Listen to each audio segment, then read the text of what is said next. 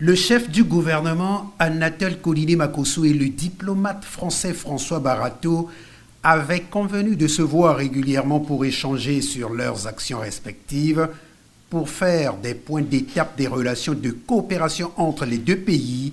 C'était une occasion supplémentaire ce matin. Nous avons échangé sur les avancées dans le secteur de la pêche pour nous féliciter de ce qui est en train de se passer, notamment l'accord qui a été signé récemment entre la Marine nationale et le ministre de la Pêche.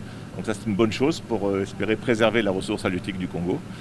Nous avons parlé aussi du climat des affaires, du traitement de la dette, de tout ce qui se passe avec les conséquences de la guerre en Ukraine sur alors des choses positives et négatives. L'augmentation du coût de pétrole, c'est plutôt favorable, ça vous donne une marge de manœuvre, mais aussi l'inflation importée sur les produits de base, le mécanisme que le gouvernement a mis en place pour essayer de traiter ça de façon la plus efficace possible, et je l'en ai félicité. Deuxième personnalité à franchir les portes du bureau du chef du gouvernement, Madame Korotumu Ouattara, représentante de la Banque mondiale au Congo. Les assemblées générales annuelles de la Banque mondiale et du Fonds monétaire international qui se tiendront du 18 au 24 avril prochain à Washington étaient au centre des entretiens. Il sera le chef de délégation aux assemblées du printemps de la Banque mondiale et du Fonds monétaire international.